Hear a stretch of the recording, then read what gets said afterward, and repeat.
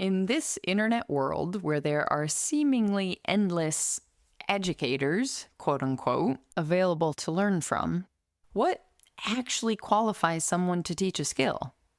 Is it a traditional piece of paper, also known as a diploma, saying that some institution has decided that you're capable of teaching? I clearly don't think so because I don't have a teaching degree. So is it the time spent honing a craft? Perhaps, maybe. I think some of that is definitely necessary at least, but that's my personal experience because I've seen plenty of photographers with all of 2 or 3 years into starting their business hit a hard point and realize that maybe there's faster money to be made teaching. But is 2 years into working a craft and owning a business really enough to allow you to responsibly teach? Let's just say you can infer my opinion on that with the fact that I didn't start teaching until I was over 10 years into my career. But frankly, there's really not a fixed formula where we can say X plus Y equals qualified educator. Congratulations. However, during this chat with Ian Childers, a potter who, as often happens, almost fell into education by way of necessity, but has found a passion for it. In this discussion with him, I found a few through lines and a couple of Ian's philosophies I wholeheartedly agree with. Namely the fact that, as Brené Brown would say, Ian is in the ring. He's not only teaching his students a skill set to hypothetically go make a living at this craft, he is also showing his students what it takes to make a living at this craft, bringing them to professional conferences to understand the importance of building a network of colleagues, traveling himself for opportunities during his summers off from teaching in order to be the example of the hustle it often takes to make a living from the things we make. As Ian says during our chat, how can he expect his students to trust him if he's not out there doing it himself? And that I could not agree more with. There's a ton more to dig into in this conversation that applies to our lives of making a living from the things we make, whether you're interested in teaching or not. Like how Ian found himself working in a studio full of LA celebrities while technically living in Mississippi. I'll let you hear it all straight from Ian. But first, just a heads up, we had a weird issue with technology when recording this episode, so the audio quality is not quite its usual fabulously equalized self. Sometimes Ian's side of the recording gets a little funky. Not quite what you're used to from me here on the Maker's Playbook, but I think it's still manageable and it was too good of a chat to not get into your headphones. So bear with us, and if there's anything that isn't clear, shoot me an email and I'll try to clarify whatever specific portion of the conversation maybe didn't entirely come through. All right, let's get into all of it right after a quick word from our sponsors. Today's episode is brought to you by the Rosenfield Collection of Functional Ceramic Art. The collection exists as an online source for research and inspiration, featuring photos of objects made by over 1,000 artists. The images are high quality and can be used with no permission required, making them a great source for students and teachers. To find out more, visit www.rosenfieldcollection.com. This episode is also sponsored by the Archie Bray Clay Business, home of Bray Patch, a ceramic patching material that is best used for filling cracks and bonding breaks. Bray Patch can be applied to either green or bisque ware and fired up to cone 10. It fires paper white, but can be tinted using your chosen clay body and be covered by opaque glaze or slip. Order anytime online at archiebrayclay.com. Now, on with the show. Welcome to the Maker's Playbook, the show where we talk all about what it's really like to make a living from the things you make. I'm your host, seasoned entrepreneur of 14 years, Rebecca Ikes Cara. Before we get ahead of ourselves, I'm going to say the actual, hey Ian, welcome to the podcast. Hello, thank you for having me. Are we going to talk in NPR voices now this whole time? No one's going to know who I'm talking to. I would love to, but there's no way I could I am throttling myself already because I'm from Philadelphia. We talk fast. I'm easily excitable. Makes me talk even faster. Dial with that. And we're going to talk about pots. I Yeah. mean, it's not, it's a passionate subject. We can talk about my corded headphones. You're hip. You're hip. I know. Nobody would know if we hadn't just told them. It's an audio podcast. Oh, well, now they know on corded headphones. Oh, this is the joys of technology. I think people underestimate the technological feat it takes to get these episodes into their own corded or non-corded headphones. Yeah. I mean, I do a lot of Zoom calls, a lot of Zoom teaching, but every new platform has its own different things. And today I was like, I'm going to work from home, not the studio. That's a whole new set of like, oh, I hope my Wi-Fi here is good, but I have no plug-in Wi-Fi here whatsoever, or Wi-Fi plug-in internet. But you have a fabulous ceramics wall behind you. I was going to say mug wall, but as you pointed out, there's plates and an astronaut. And there's other random things. I don't know. All the things. Yeah. This is what my office needs. I need to do that behind me. It's the first thing I built when I bought this house. It was the cup wall. That's awesome. I needed How long have you been in Mississippi? 12 years. I'm going to age you by the end of this. That's okay. Listen, nothing's off limits. I only planned on being here for 3 or 4, and now it's been 12. Okay, well, I'm going to make you walk us back through that. But before we get to it, how would you introduce yourself? I was going to say in the context of clay, but you can take this whatever direction you want. Oh, man, I haven't even thought about this. Let's see. Hi, my name is Ian Childers. I am a potter and educator. I don't know which one I would put first. I went to undergrad and grad school for ceramics. I did wheel thrown, porcelain, crystalline glaze, ceramics. Was my passion. But as I wanted to find a job, and when I was younger, I fell into teaching, and I think teaching has become my passion. I'm more into being an educator than I am into being a potter. It's a strange balance. So I'm a teacher and potter. Do you feel like that recently flipped for you, or has it been that way for a little while now? I think I was probably more fine-tuned for teaching than I was making pots. I still, like I said, I love making pots, and I feel like I had the energy to put into it, but teaching gives me energy. Pottery doesn't. I dump my energy into my work, or teaching my classes gives it back to me. And I think that is more what I need than the making itself. That's super interesting, because I feel like the beginning part of that story, what I'm hearing is what I think a lot of people go through. I mean, having not done an MFA or anything, all I did was undergrad. But, so many people kind of the defunct path, that is what I'm trying to say, is like undergrad, grad school, teaching. Yeah. Boom, boom, boom. That's how you have a career as an artist. And people don't always actually want to do that teaching part. And it's like, well, that's your only solution. Yeah, I went to undergrad, and I got out of undergrad and got a job at a bronze foundry, which seemed great when I was right out of undergrad, but it was a fact. I mean, even if it was only 15 employees, I did this exact same. I was the ceramic shell technician. I dipped wax pieces in clay 8 hours a day, 5 days a week for a year and a half straight. And then I was like, this kind of sucks.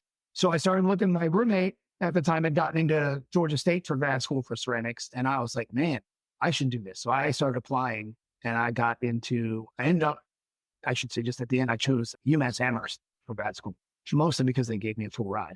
I didn't know at the time. I just wanted to do something more about making than sitting with that. After that, I was like, well, I need to find a way to make money. And where am I going to make money? How am I going to make pots? And serendipitously, my undergrad professor called me and was like, hey, we have an adjunct position open, and we need somebody immediately. And I was like, I have nowhere to be. So I just jumped into adjuncting for a few years. Which is hard for anybody thinking, like, the curtain has been pulled back, or the wool from my eyes, or whatever phrase it is I'm trying to think of, because I feel like when I first, a decade and a half ago, when I first got into business, I was thinking like, oh, teaching teaching higher ed, that would have been the way to go, because look at all the whatever. I don't know why I thought there was, maybe just because school's so damn expensive, I thought you actually got paid. No, I'll be very transparent about all of that. I don't mind. Yeah. Well, because I think it's ironic, because the people who stay in school longer, and I'm talking like higher ed schooling, then the default becomes staying within that system, and yet it's not paying to pay off the studies, it doesn't work. Yeah. I'm not formulating a sentence because it doesn't work, so I'm just going to let you roll with it. No, I mean, for me, I had moved, I was living in Massachusetts, and my undergraduate school is in Georgia. I moved back to Georgia for an adjunct position. which is insane when I say it now. Now, it was 2008 or 9. Do you want to age me some more? So I just got out of grad school. At the time, I had a girlfriend that got offered a job in Georgia, and then I got offered a job. So we both were like, let's go. And I taught 3 classes a semester for 3 years. That was my main source of income, but it wasn't enough, especially a small school in Georgia. It was like $1,500 a class. It might have been $2,000 a class. That's $12,000 a year or something like that, if I'm thinking right. It's not enough to live off. Somehow I got by. I had to get a night job, and I had originally apprenticed as a tattoo artist in the 90s when I first got out of high school.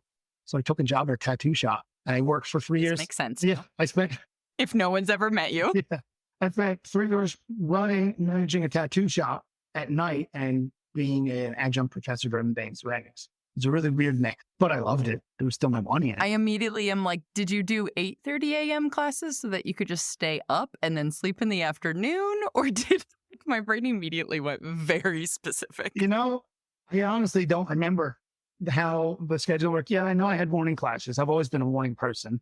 Much to my own chagrin, I would love to sleep until noon. Every morning I see 6 a.m. I don't know why. Even if I go to bed at 4 a.m., I still see 6 a.m. But yeah, I would teach the morning classes there. I think I was done there was only like 2 days a week that I had to stay late till the afternoon. But the rest of the time, the tattoo shop opened at noon, and I was there at noon to like midnight. At that time, the shop I was in Welland, Georgia was extremely busy. We had a line out the door all weekend. Every artist there was bringing home between $1,000 and $2,000 cash from walk-ins. We had 5 artists in the shop, and it was great. Business was great. So it was fun because it was a bunch of people I liked working around. It was a really good shop that I was surprised to even find in North Georgia. Still friends with most of those guys, but that was such a weird deflection from being a professor. But it was still creative, so it's still they blended a lot, and that helped really redefine the way I speak about my work. All the things that I've done outside of ceramics have helped me think about why do I make ceramics in the first place. I don't know. You talk about going to grad school, but you've obviously critiqued work before. And, the more we critique, every time you peel back another layer, and eventually you get down to your root, and it's like, where are my interests?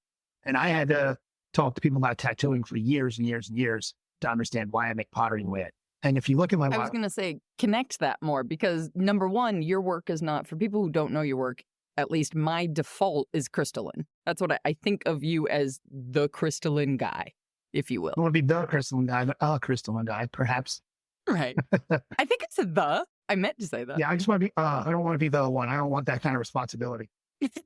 Fair enough. As I'm learning Italian, prepositions, and this isn't even articles. Articles are very difficult grammatically speaking. So, we'll just blame it on that. But that's not, like, if someone's hearing us talk about this, I don't think it's as direct of a line. And I want you to kind of I want to pull on that thread a little bit more, because if I were to look at your ceramic work and see really graphic design type illustrative surfaces or layered, like I'm thinking like Isaac Shoe, layered transfers, all this type of stuff, people might literally connect, tattoo experience, ceramic experience, put them together, there you have it. But that's not what we're saying at all from my perspective. Yeah, we have to go back in order to tell that story. I have to take 2 steps. The first step is I went to UMass Amherst, largely by mistake. Not mistake, but I went at a time when internet was not that great. And I had seen a thing in an old Ceramics Monthly about UMass's ceramic program. And I was like, I'm applying to UMass. That looks great. I got accepted. I went to visit. And I went, this is what I saw. This is what I read about. And I realized there was 2 different campuses.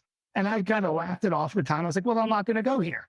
I'm like, why not? And then they offered me a full ride and a great stipend. And this was in 2005. And it was worth my while and time. And I was like, okay, hold on. I don't have any money. So I ended up going to an extremely conceptual graduate program that was not ceramics focused. I studied conceptual contemporary art, mostly in New York City. And I still did pots, and I had to fight my way through that program. But it got me thinking more conceptually about where I come from. So next step is back to the very beginning. I got into art in general in the late 80s, early 90s. I loved graffiti in Philadelphia. I was never like a prolific graffiti writer, but that was a huge part of my personality. All my friends were graffiti writers. I got arrested writing graffiti. I did lots of community service for writing graffiti. My parents were pissed that I wrote graffiti. I still follow graffiti writers to this day. And I still have friends that I wrote graffiti with 30 years ago that we communicate very frequently. And I got into that And I started to like art in general, but it wasn't formalized. It was just like, I like the mark making of it. And I didn't know why till 25 years later. But I would buy books about graffiti. I would do research. I wasn't even aware it was research at the time. I kept a black book. In graffiti, that's just the name for a sketchbook. It was so parallel to my regular art, or not my regular, but my like academic art experience, but I didn't know any of that. That then led me to liking art in general and falling into the tattoo shop. So like 95, I was graduating high school and I got accepted for an apprenticeship because I just hung out at this tattoo shop next to a record store called Creep Records. And I would sit there all day and just listen to CDs with a bunch of punk rock kids. And then the tattoo shop was next door and it was a cool place to be. So we would just hang out there. And then one day, the guy, Rich, was like, "You want to apprentice?" And I was like, "Hell yeah." But I could only write my name. I never drew a picture of anything. But it forced me to start thinking more about drawing and writing. But I was wild.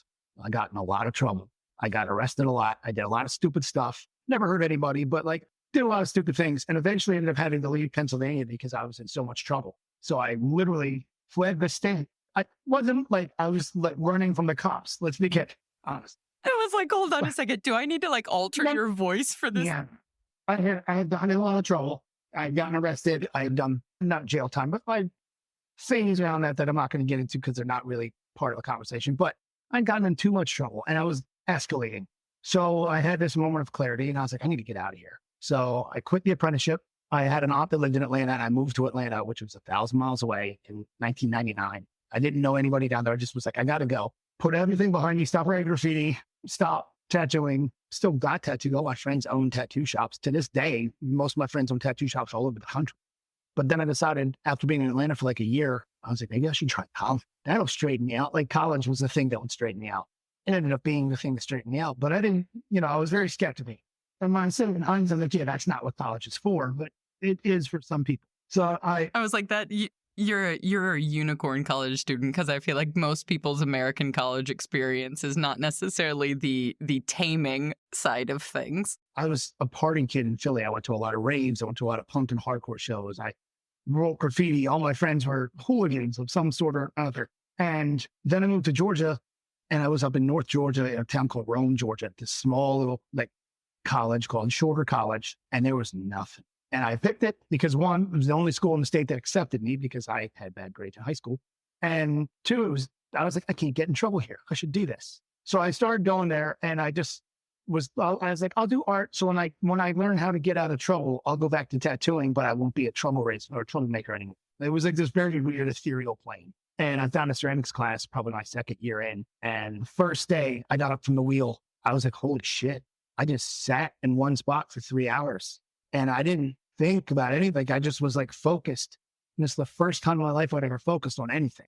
So I just kind of dove right into it. And there's nothing else to do. The kids at the school, like, we're going to party. And I'm like, that's not partying, y'all. What are you doing? Sitting on a tailgate of a truck is a very exciting Friday night. Thank you very much. If you grew up in Illinois in the 90s, it was thrilling. Give me a four-wheeler any day and I'll be good to go. I have lived in Mississippi for over a decade now, so I feel it. And it's been a lot of time in North Georgia as well. I've been in the South as long as I lived in the Northeast at this point in my life, which is weird to even say. But yeah, I got into ceramics and then I started taking it seriously and I started searching for my work and I found crystalline glazes. I was at the school that had a salt kiln and wood kiln and, technical glazes and leach white and like the basic gambit of 70s, 80s ceramics glazes and approaches. Everything was brown. And I was like, I like color. Why? I don't know. I just want color. I need more movement. I need more action. I need more pizzazz. And I stumbled onto a formula in the back of the old Scott catalog. And it was like, here's a firing schedule for a crystalline firing. I said, ooh, well, that sparks my interest. What is crystalline firing? I have no idea, but I somehow figured out a crystalline glaze. I don't know where I researched it. And my professor let me try it. And he gave me some porcelain that he had. And I started making crystalline pots. The first few were horrible, but they were bright blue and bright orange and all these colors. And I was like, wait, there's the motion and here's this surface that I want. Bringing it full circle. Now, when I look at that work, I was thinking about graffiti and tattooing. They're things that are a little bit out of place on the surface and they're bold and they're meant to stand out. And in that program, a bright blue crystal on a pale blue pot was bold and stood out. And it was that same kind of energy and much more of a conceptual concept. It took me years to see it. Like, why do I like this? Because you see my cup wall There's not really any crystalline glazed work back there. It's not what I collect. I have a few pieces from friends, but it's not the thing that grabs my butt for me to make it to do that. It just started me down this path. And I've been on it for 20 something years, which seems weird to say out loud. I think it was funny as you were saying we were joking about age or whatever. I'm like, we're actually only like 5-6 years off. So I got to stop making this the thing because I'm going to start feeling away. And then Listen, it's going to I am pushing 50. All right. I don't know how it happens because it just happens. one day at a time. I had the recognition that my college best friend I have known for 20 years. And I was like, that's an interesting number. That's 2 decades. Okay. Yeah. That's weird. It's weird when the weight of time starts to shift from I lived with my parents for 18 years and now there's more years on this other side of the scale. It's very strange. But hi, Mom, while you listen. I'm not doing that with times since I moved away from Pennsylvania in general. And that's a weird thing for me to be like, I'm not a Southerner, although I think I speak fluent Southern. I'm not going to turn that on for you. Sometimes I do that for my students. I'll only speak in a Southern accent. But yeah, I'm not a Southerner, but I've been here most of my life, which is weird. We're gonna do a group interview in the future now, and you and Steven, and I'm just gonna get you to accidentally slip into a Southern accent. I'll do it with Steven. Great. I'll do it with Steven. Yes. Because Steven was gonna be awesome. Steven Phillips was my first student at the school I'm at right now. Well, I walked in and he was like clay 2, maybe advanced clay, I don't remember, but he was like the first student that was doing anything of merit at this school. Not the last, but he was definitely the first, and he stuck with me because he only lives a half an hour on the street. We've kept a pretty good rapport for the last 12 years. It'll be 13 in August, 13th year. He's actually the person who introduced me to your work because, when I started the podcast, 3 years ago now, I was a clay newbie. I mean, I had been working in clay at a community studio for a few years, but I wasn't aware of this entire community. I wasn't aware of NSECA, where you and I see each other once a year in person, or I wasn't, I had no idea who John Britt was or any of these names people hear all the time and talk about, like everybody's supposed to know it. And so that's some of what got the podcast going, even was like, well, wait, I can ask the dumb questions in public because it doesn't really bother me at this point. Like, I know I have knowledge in other places. I feel very secure with that. So like, why not be able to ask in public? Like, so what's the bray? So that somebody else can find out, not have to ask that to somebody else. I mean, exactly. There's a lot of hidden information. Although I feel like everything's out there nowadays, but there's still this very egalitarian wall around a lot of things that doesn't need to be there. It's people make stuff out of dirt. We don't care. Some people maybe, but most of us not. And I think this is it's a weird, we're going to like totally pause on the biographical information and go down a rabbit hole, because I think it's this strange dichotomy or paradox or whatever the right word is, in terms of like, on the one hand, there's so much more access to information now. Like you can go to glazy.org and find endless numbers of recipes that people have shared willingly that you can just then pick up and try out on your own and change for yourself. And at the same time, then there's, as a person creating educational content, there's a weird dynamic on the flip side of like the expectation to give everything away, and we still have to buy groceries. And like, how do you don't want to be gatekeeping because that's shitty, and like, let's move past that era. And at the same time, you still have to figure out a way to make a living for yourself. And so it's just this weird, I don't actually have a question in here. It's just a weird space. And since you brought it up, I'm going to let you take it wherever you want it to go. No, I was thinking about kind of my educational philosophy comes out of that, the crux of what you just said, the jumble of things. The gatekeeping has always been there. And there's something without the knowledge, gatekeeping sucks. However, most of these people that have something fantastic spent not just weeks or months, but decades making things right. I spent decades making my glazes. That being said, I give them all away. I don't keep secrets. I don't dump them to everybody that asks because it's just too much effort. They're published. Go find it. If you bring me one, I'm like, what did I do wrong? I'll always be like, oh, I would try this. Although that's kind of a shot in the dark most of the time anyway. But as an educator, my job is to help everybody get better at what they do. I don't care if my students become better than me. I hope they do. I hope I become completely irrelevant at some point, because that means I did my job, even if there aren't people, or the people aren't my students. However, you're right. I spent a lot of time figuring out little things here and there. And Instagram specifically has robbed my name from some of those things that I put that I felt like I did.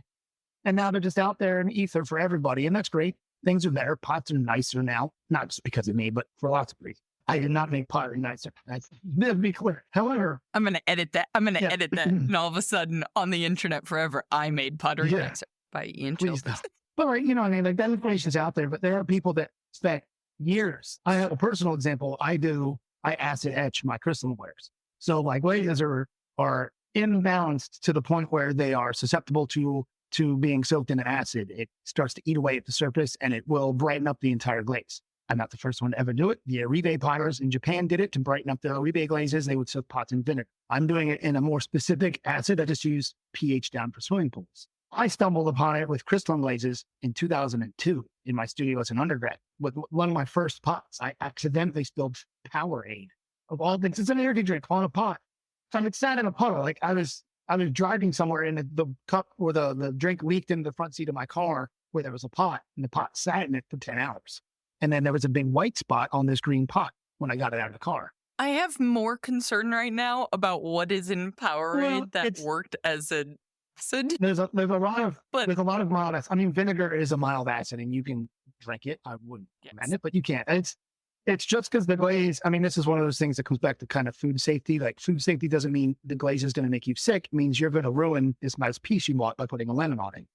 For the most part, that's very broad, but I did this acid etching for years. I hid it. I had these bright white backgrounds with these black crystals. All the crystalline people would call me like, who are you? And how did you do this? And I was this young kid, like, I don't know. I just built some, but I didn't tell them because I felt stupid for not knowing what was happening. It took years of kind of dialing in and talking to some people that I trusted here and there. And then I presented it in 2011 or maybe it was 13. I don't know. It was years ago in Spain. I went to Spain with a bunch of crystalline artists several years ago. And I presented like, hey, this is how we're doing it. The information was still only halfway there. It wasn't really till I started sitting with Matt Katz and going through his classes and saying, hey, I know my glazes, but I don't know them. So he helped me dial in my scientific language. But now everybody does it. Everybody leaches their pots. They soak their pots in acid. And I'm like, I did that. Well, it's kind of cool. But nobody says, thanks, Ian. But do I need them to? Like, I don't. But like, I'm sure there's probably 50 or 60 other things out there that we don't know about that. I polish the bottom of my work. So if you pick up my pot, the bottom is 3,000 grit. It's shiny and glossy. I learned that from somebody else. A guy named Sebastian Mel had been doing it for 10 years. And he would do it to like 800 grit. His pots were so luscious. And before that, there were people that had wet shops where people worked with glass and I have a Jeff Campana somewhere over there and the bottom was like glassy. And I've had it for years and I used to pick it up and like, how did he do this? And then I learned. And now Dynacore Tools makes a killing letting us all make our pot clean. So I think ceramics has gotten better from the lack of gatekeeping, but it's even the field. Everybody has all the knowledge, not all the knowledge, but a lot of the knowledge. I think the common thread I hear from the people I talk to and what hits home for me as well that I agree with is the gap between it's really easy to share knowledge with someone you feel like you have a relationship with. And that doesn't have to be that someone, tries to become your best friend. It's more like, do you recognize the human on the other side? Yeah. If I get an email from someone saying, thank you so much for the podcast. I've loved it so much. I'm really struggling with glare on my pots. Can you help me? That's a so much more comfortable email for me to respond to than like, how do I remove this shine? Period. Instagram DM, done. I get a lot of And those. it's like, hi, my name's Rebecca. It's nice to talk to you too. Like, I think that's what we're both saying, and what I hear a lot of other people say is like, no one likes gatekeeping. Nobody agrees with it. It's shitty. We all know it's harmed the lack of equity in the arts and all of these different things that like so many people have missed out because of it. On the flip side, like, don't forget there's another human who put a lot of work into something, and we need to like recognize that. Yeah, there's a weird balance. Gatekeeping ends up only supporting the people that you bring into your circle, which keeps your circle too manicured. If you want more people from different walks of life to be in your circle to get your knowledge. But I only shared to the people that could get an audience with me. That's only privileged people. So I want to share with people that can't. However, every single time I post an image on Instagram, every single time I get at least 3 emails that just say recipe ?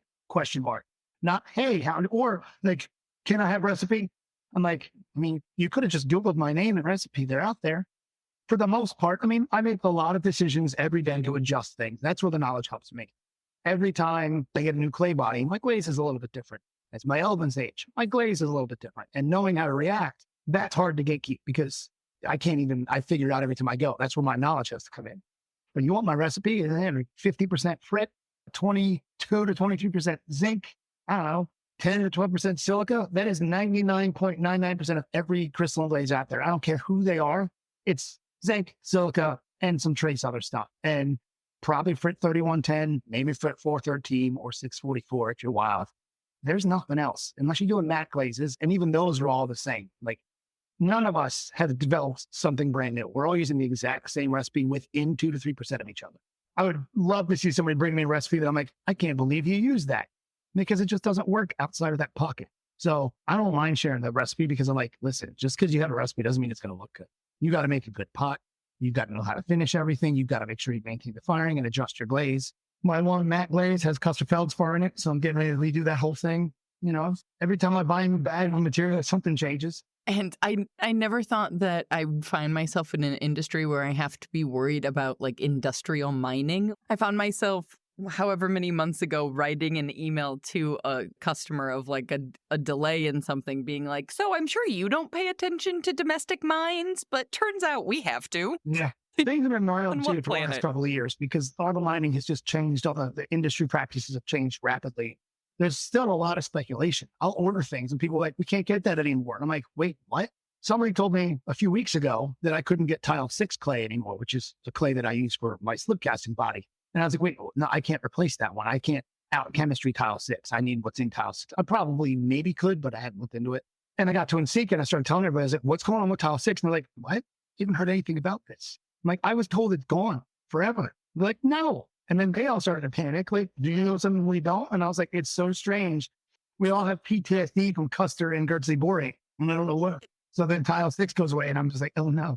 Speaking of Ensika, I still have I'm totally not, I'm not sick anymore, but every time I laugh, I still cough. And so as you were talking, I was trying to mute my mic to not like have this terrible cough. And That's called getting older. I have an emphysema cough, even though I'm pretty healthy lungs. When I get sick, it's like this weird old man cough for like a month. I'm like, what the hell is this? When did this happen? truly, like, I'm fine all day long now, but then I go to lay down at night and I'm like horizontal. I'm like, it's like, well, I just want to sleep. No, I mean, I don't have it if I've been sick, but and now you call work. Am I going to get old man cough now? Just me coughing? You're picking up the tea just to make sure. Yeah. Okay, well, getting back to the storyline, I guess, wherever we were at, all the things, it's fine. I anticipated this, I think. We're two very excitable people. I love this through line because I also think a lot of us get in our own heads in terms of like, oh, I spent all this time doing this thing when I could have found ceramics, and time wasted, I think, is something that people get stuck on a lot. And yet there's no way you would have ever made the pot you're making or be where you're at without all of this totally different mediums, totally different life experiences to have drawn you in the first place to making crystalline glazes. Yeah. I think we're not even aware of the things that they're subconsciously attracted to, the minutia of decisions where you're like, hey, I like that. I don't know why, I just do it. You go with it. And that's where I think education steps in to help you dissect that. I don't think I learned to make better pots in grad school. I actually know I didn't. I didn't think about it at all. I learned to think about thinking and think about making and dissect what I was doing and question. And then that wasn't even enough. The last, I don't know how many years I've been teaching now, 15 years of teaching at the college level, have constantly exercised my ability to question myself because I question my students' work. And the only way I can really question the work is to be sincere, not to just throw random questions out that I have in a book of things to ask your students when they do critique. It's to actually be considerate of work and think about it. And for me, a lot of times that's when I get quiet. You've met me. Every conversation with me is like a conversation on the Ensika floor. It's just like I've got big squirrel energy. I just run around in circles. But when people start bringing up work, I'd rather sit and think because that's when it all becomes internal. And my students' work gets that. But when I'm looking at their work, you can't pull it out of yourself. So it's still in me and I'm still bouncing those ideas around inside my own head. And it eventually bounces off an idea of my own work. And I think just the commitment to decades of education and talking about work have helped me become comfortable with the fact that I make crystalline glazes and everything else about me seems, the opposite of that. These are very quiet and still and serene pots that require dedication and commitment and careful thought. And then I'm 90% of my body is covered in tattoos at this point. Like once it starts here, there's not really any other gaps minus this little spot here. Everything else is full, bottom of the feet included, all the way down. Ooh. Yeah, I did those myself in grad school for a project. When I think about all my friends when I was a kid in Philly, when I told them I was going to become a potter, make pottery, they're all like, "What the hell's wrong with you?" And now we're all older. I was like, "They got kind of clue, whatever." But the people at the tattoo shop, like you make pottery, although now ceramics and tattooing have blended in this really weird world, and there is a lot of ceramic tattoo cross culture, and I love it. I don't want to participate in it, but I love watching it. I don't need to make tattoo pots. To me, that's just not what I need to make. I have a whole tattoo sleeve of pottery. There's pots all over my arm, a potter tattoo. Brian Burke, he owns a tattoo shop in Los Angeles. He makes absolutely amazing pots. And I've been studying his work for years. And then I've been waiting to get my last, like these are the last spaces I have on my arms. I've done everything else. And I saw him on Instagram and I was like, holy shit, this guy makes pots that have, even though it was newer pots when we started making the pots, you could see decades of tattoo comfortability with hand. Like that's what I try to tell people: when your hand is comfortable and you look like just a professional that control line. His pots resonated with me immediately. And I was like, who is this? And I looked at his work and was like, his tattoos are good. His pots are stellar. I want him to tattoo my arm. And then I waited and waited. And then all of a sudden I was doing a residency at Companion Gallery probably 3 years ago in the middle of summer. And my friend Pat, who owns a tattoo shop in Philly, posted that Brian was going to be at his shop doing a guest spot. And I was like, what kind of serendipitous shit is this? So I reached out to Pat. I was like, does he have openings? He's like, well, I haven't booked anything. I was like, I want him. And then I messaged Brian and I was like, I have this idea. And then I just skipped out on the residency and flew to Philadelphia for 2 weeks. Not skipped out. I talked to Eric. I was like, hey, I did the tattoo. I'll be back. And he just laughed because he knows me. He's like, of course you did. And me being in that industry for so many years, I've been in the tattoo industry as a participant and non-participant for 30 years. I should know better than to go start a sleeve on a whim and think I was going to get it done anytime soon. In my brain, I was like, oh, we'll just line the whole thing this weekend. Every artist is different. There's people that can line the whole arm in a weekend, but most don't. So I ended up. I was going to say, for anybody who doesn't know, a sleeve basically means literally like a sleeve of a shirt, but as a tattoo on your arm. So that's how much we're talking about. I was just so excited in Brian because I like this. It was new pots that really excited me by a guy that was in the tattoo industry that I thought, and he knew friends of mine. So this weird connection. And then we started talking and I flew out to LA to get another session. And I started having to go to Los Angeles to get tattooed, which I work in Mississippi. They don't pay me enough to fly to Los Angeles to get tattooed. Now I go to Los Angeles all the time. That ended up creating an opportunity in Los Angeles for me. That's what I was just about to ask is this how you working in the LA studio started? This is okay. Not started, but this is how it came to fruition. I went and did a workshop with Still Life Ceramics 3 or 4 years ago. And Matt Katz actually hooked me up with them. I messaged him and I was like, hey, I'm going to be in Los Angeles. I was traveling. I had done a workshop in San Francisco and I had a friend in LA I wanted to go visit, but I couldn't afford the trip to LA unless I could find work. So I reached out to Matt Katz and he was like, I know a studio. And they gave me just a 1-day throwing porcelain gig. And it was enough to cover my plane ticket to go see my friend and then get home. And I hit it off with the owner, Anna. She's like an absolutely brilliant human being. And she's just nice and a kind human being. So every time I would go back to LA, when I started getting my tattoo done, I would make it a point to go say hi. Because I think you should treat your friends right before you need them for anything. Make your friends before you need them. So every time I go to LA, if I was I was trying finally to fly out there to get tattooed. And Brian was super cool. Since we had mutual friends, he would let me stay at his place. So I didn't have to pay for room and board. I just had to fly out there and then give him money to tattoo me. But that was my entire budget. And I would go visit Still Life every time I went out there. And after the third trip, I was like, I'm looking for somebody to kind of take a spot here for the summer because she was going to travel and she wanted somebody else to come in and fill the void of her absence. And we started this conversation. And I've been going out there every summer for 3 years. This will be my third summer that I'll go out there, and I go out for a month over Christmas. And it's great. It's such a different experience from my teaching because I go there and I'm not the boss. In my classroom, I am the boss. Not the boss, but I walk in, it's my classroom. I set the curriculum. I set the standards for cleanliness. I set the course. I set everything. Still, I find an employee and I love it because sometimes I pug clay. Like sometimes I mop floors. Like I'll do anything I need to do there. I also fix kilns and teach classes. Like I get to use my skills, but I also get to remind myself what every studio needs that I don't necessarily think about. So when I come back to my classroom, I look at my kids and like, mopping the floor is important, y'all. And not only is it important, but I just spent my entire summer mopping floors and it was great. Mopping floors and plugging clay, I think, are important for me as an educator to remember. Like that's the world I'm sending my students into. They're not going to the Bray next month. They're not going to go teach a workshop at Harvard anytime soon. They're going to end up at a small studio and they're going to have to be required to load kilns and unload kilns and fix things. And I like fixing things. I'm just a fixer and a helper as a human being. So still life it's been good for me to get out of Mississippi, be in LA, which is a fantastic city, and just kind of be in that energy around those people. And the students at that studio pay to be there. They're adults and professionals that want to make pots. And that perspective is great to be around, where my students are kids that just go to college and they show up in a pottery class and they don't know what to do. So I don't know, it just keeps everything fresh for me. I was super fascinated by how you make that work because I didn't know, the algorithm only gives me so much information, right? Yeah. And so I was like, okay, a one-off trip is one thing. You can kind of plan for that. You anticipate it. But then I was like, this seems like it's a more regular thing than that. And so, okay, the academic schedule, that does give you chunks of time. But like, I feel like you have a dog, I think. I had a dog. He passed away. Oh. That's a whole other story for another time. But just pragmatically, I think, it's different. I think it's one thing to be in your 20s and kind of spend 6 months on a residency here and then 2 months on a residency there and then whatever.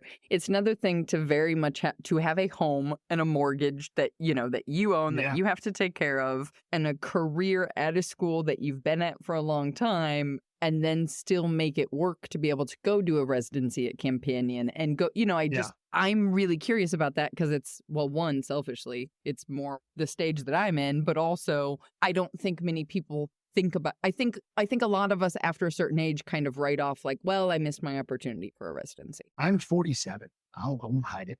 And I do feel like, wow, I'm going to Los Angeles for 3 months and staying in somebody else's house while they're out of town.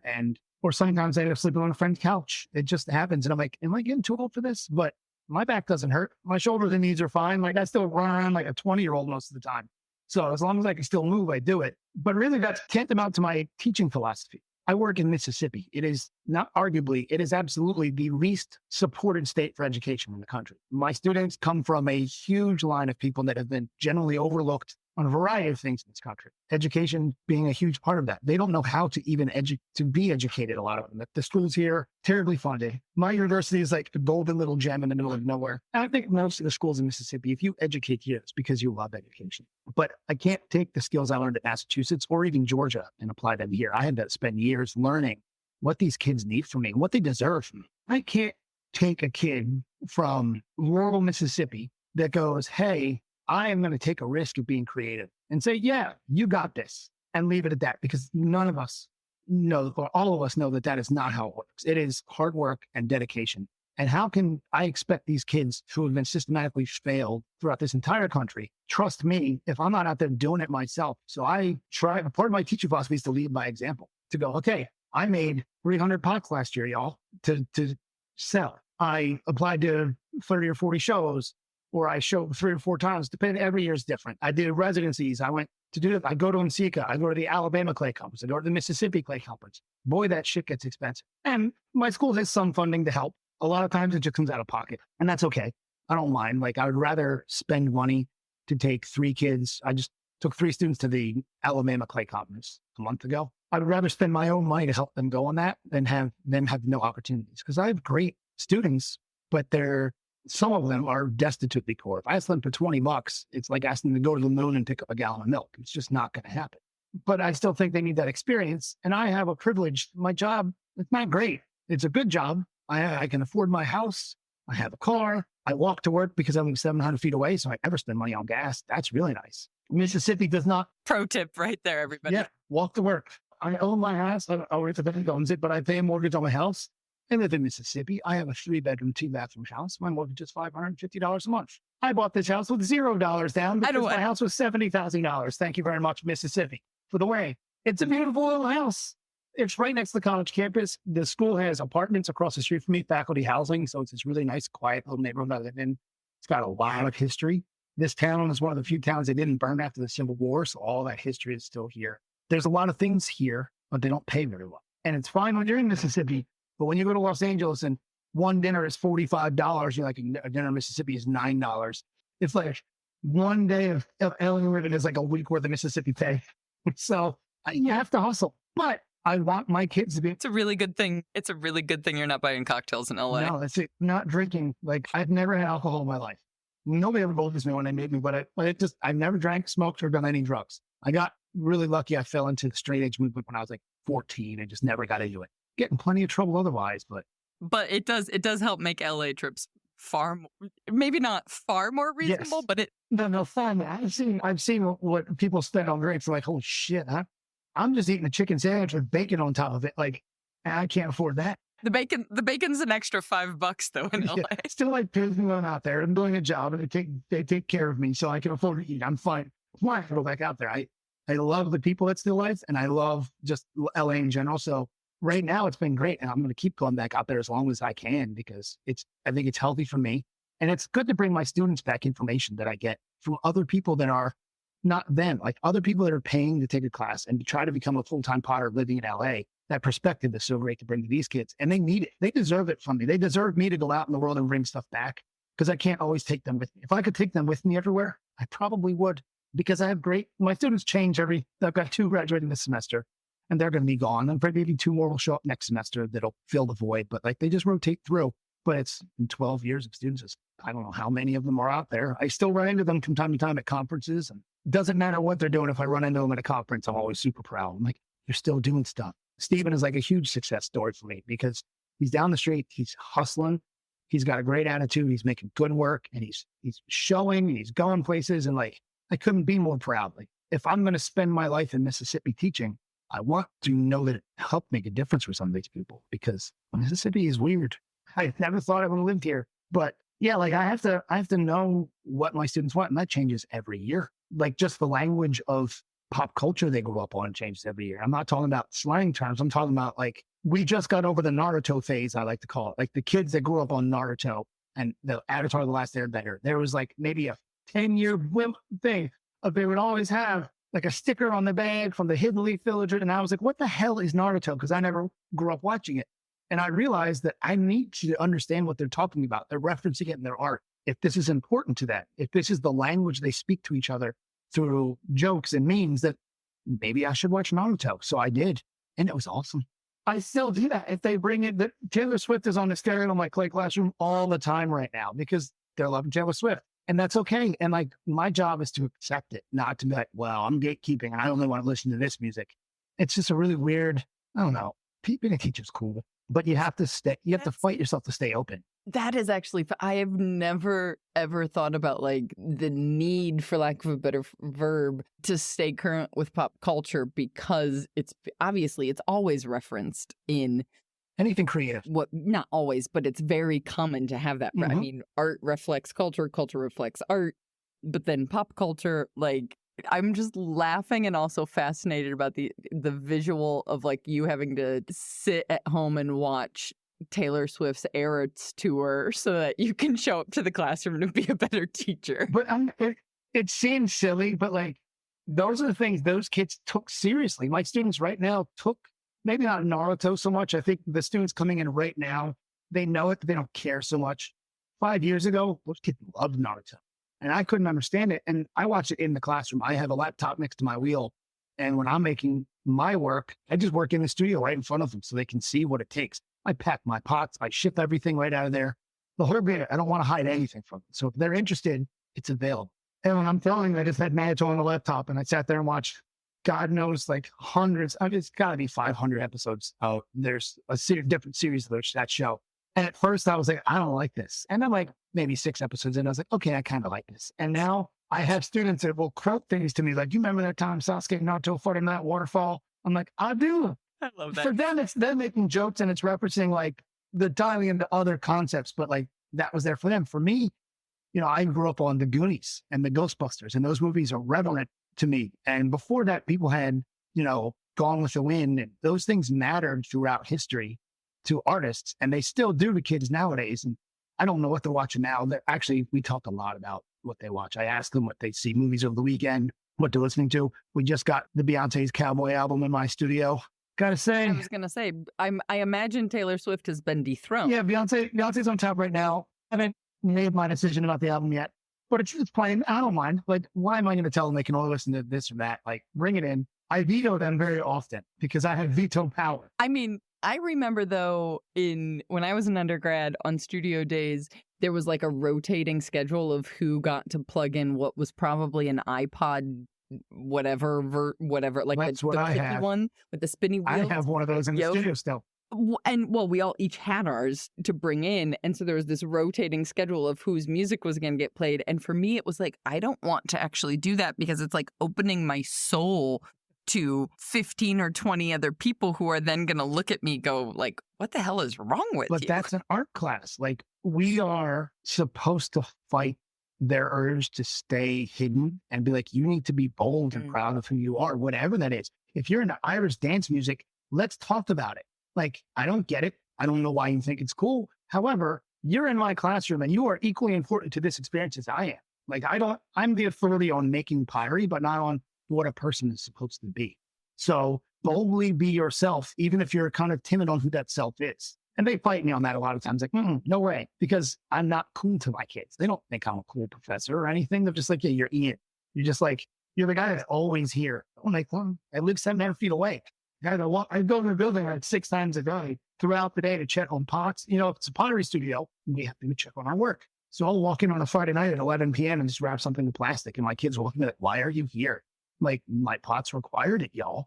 Why weren't you here when yours was getting too dry? But yeah, finding them to be comfortable with who they are, to talk about who they are, because that's what makes work interesting.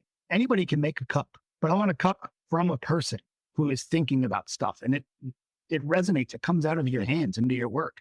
And we get there sometimes, not always. What's the conversation look like with your students now in terms of the fact that you are showing them the realities of, you know, hey, this is hard work. This is the reality. This is what you got to do. I still submit to shows. I still go work at another studio in the summer. Like, what's that look like for them at this stage and how they're progressing outside of school? I think at every university, it's probably vastly different. You have different kids from different walks of life. Mississippi, with education not being culturally significant to them, like, you're not cool because you're educated. Like, if you're in Massachusetts and you have a degree at robotics and you go to the bar, people are like, ooh, you're doing stuff. What's up? Go to Mississippi, you're like, I've got a degree in robotics. They go by like, okay, but can you jump off the back of a truck going 40 miles an hour? And you're like, oh, that's not cool down here. And we've constructed a society. Not that everybody's like that. I've worked with a ton of really intelligent, gifted people, but culturally they fight it. And not only I have a kid right now. She's in there, right? And no, she's in there. I know. I don't even have to think. I know she's in there right now making pots. And she's in there. She was a soccer player. And usually the athletes aren't the great ones. This kid has been fantastic. And she's always in there working. But school is expensive. And not because educators are greedy, but because the government cuts our funding every single year.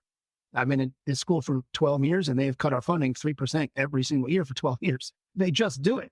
They don't care. And the only way to offset that is to increase tuition. Otherwise, there's no money coming in. So they all have to have jobs now. Not all of them, but a lot of them have jobs. So that takes them out of the studio. And they're fighting like, how can I make a living when I can't even make enough money to learn to make a living?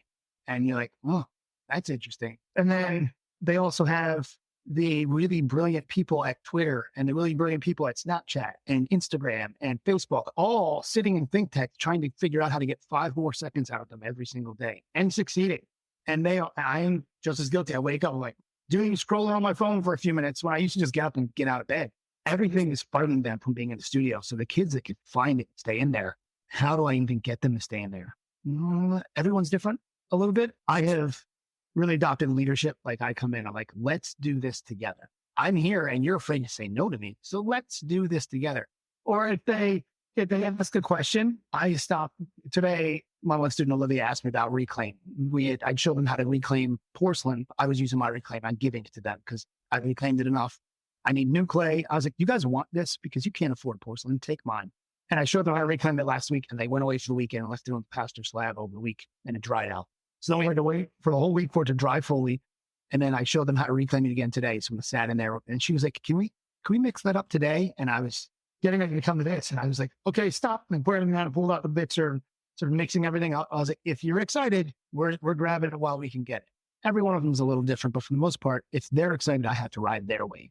And that's my job to, like, if I'm in the building and they're excited, they come. More important than a meeting I have to be at or something like that. I will go to meetings. People are like, where were you? I'm like, so he was excited. So, sorry, it happens. And I don't know, it's a constant adjusting what my students need. And I don't know if I'd always get it right. I try. I think the number one thing is that I care. I want my kids to know that I give a shit, even if it's just the pottery class. Even if I'm the only teacher they ever get that gives a shit, which I'm not, because everybody I work with feels the same way. Even if they're just a nursing major taking this class for fun, they should walk in my class and know that this moment is important to me. And so is their presence, even if they're like the worst at making pots there has ever been. Because quite frankly, I was in my first class, I was terrible. I only got good through just dedication. And then like teaching them to self-educate. Because a lot of times I think education stops when your teacher walks away and you just stop.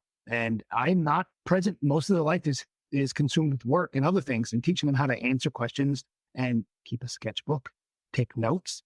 Nobody does Pinterest boards anymore like they used to, but like they used to have Pinterest boards, and the kids would like, look, this is my themes. We've lost that, which I think is kind of a shame, because Pinterest was almost really good, but it wasn't really good. It's like a search engine for shopping now. So I don't know that there's other ways. It was almost very good. It's gone on the new boards and things like that, where graphic design students make stuff like that. They work all the time. It's hard with my ceramic students. I try to get them, I'm like, who did you see on the internet this week? And they're like, I saw so-and-so. And I'm like, who? It's always somebody I've never even heard of. I'm like, okay. I'm like, why can't you bring one of my friends to make me look cool? And never. Like, oh, I know him. It's never somebody that I'm like, I can get them on the phone right now. Never. I never get to flex that I have friends. But, it's teaching. Teaching is like a dance. Like, you just have to kind of get in there and just kind of start moving and shaking and hope that you don't look like a total moron, I guess. And like, take your play seriously. Like, I go in there and I have a good time, and I have to be in the right mood every day. Even when I'm in a bad mood, it's not their fault. They can't get that out of me. I have to be extra excitable. So like that Insika floor energy, I bring that to my classroom, to the point where it's hard for me to turn it off nowadays, because I've been doing it for 8 hours a day, 7 days a week for 15 years. I swear it was not always this excitable. I was going to say, I don't know that it's Insika floor energy. I think that just might be you. Maybe. Unless it feels like a turn off and a turn on. Like, unless it feels like you're flipping a switch. Sometimes. I mean, I come home and I like, usually all my shades are drawn. My house is dark, and I just sit and I don't talk with it. Dear. Especially this semester, we got 2 more weeks and I'm taking a nap. I'll be excited. We've done a lot this semester. I just took 35 kids in New York City for a week. The week before in Seagull, I got back from New York. We took a train from New York from Tuscaloosa, Alabama to New York City, which is 28 hours each way, which is hell. And I've done it 4 times now. But I got off that on Saturday and then flew to Insika on the Tuesday. So it's been a rowdy semester. Oh my gosh. I'm ready for that break. Yeah, it's time for all of us to sleep. Yeah. It's time for all of us to sleep. I had a couple of other things I wanted to circle back to. Like, we'll see. You can short answer, because also, as I say, it's time for all of us to sleep. I'm like, it's also already been an hour of your time, and I told you that's how long this would be. Just corral me. So tell me what I need to do. You're fine. I'm curious how so kind of taking the other side of the coin, right? Like, we were talking about how people coming out of undergrad right now are, I think, more aware of the reality, thanks to teachers like you, thanks to the internet, of like, oh, how do I make this work? How do I, how's life going to work? What are these things going to cost? How do I do that? On the flip side of that, how does it work for you in the stage of the career you're in when it comes to things like residencies and stuff that I think a lot of people write off as like a thing you only do in your 20s? And if you've just found clay now in your 40s, how do you do that? I mean, there's so many short-term ones, but they're expensive, right? Like, I did Watershed probably 7 years ago at this point, and I was there for 17 days because we did the salad days thing, me and 12 other artists. It was $2,000 for 2 weeks. That's not a little bit of money. And at the time, I didn't have that kind of money. I was not showing a lot. My career was like small. Like right now, I feel like I'm mid-career. I'm doing pretty well. But even 7 years ago, internet hadn't really blown up like it had. It was cool. It was right at the beginning of like Instagram really being a fundamental tool for ceramics. But it was a lot of money to go with $2,000 to go somewhere per week. And it was over the summer, so it didn't interfere with my school schedule, which is great. But I don't know if I'd want to take my 2 weeks a year off to go on vacation to. Well, you know what? I would, because I think Watershed was such a good experience for me. I loved it up there. If you have a family and you're trying to do this, like you have to pull away. There are shorter term. There's weekend residencies, there are workshops, but a weekend residency for making ceramics, it's hard. 2 weeks is hard. That's like for me, a weekend is more like a pick one skill that you want to go really, like if you want to go put a ton of hours into for you take a class. It's not like a throwing marathon or something. That's where you don't have to bring anything home. I've had a hard time doing residencies my whole career because I make crystalline wastewater.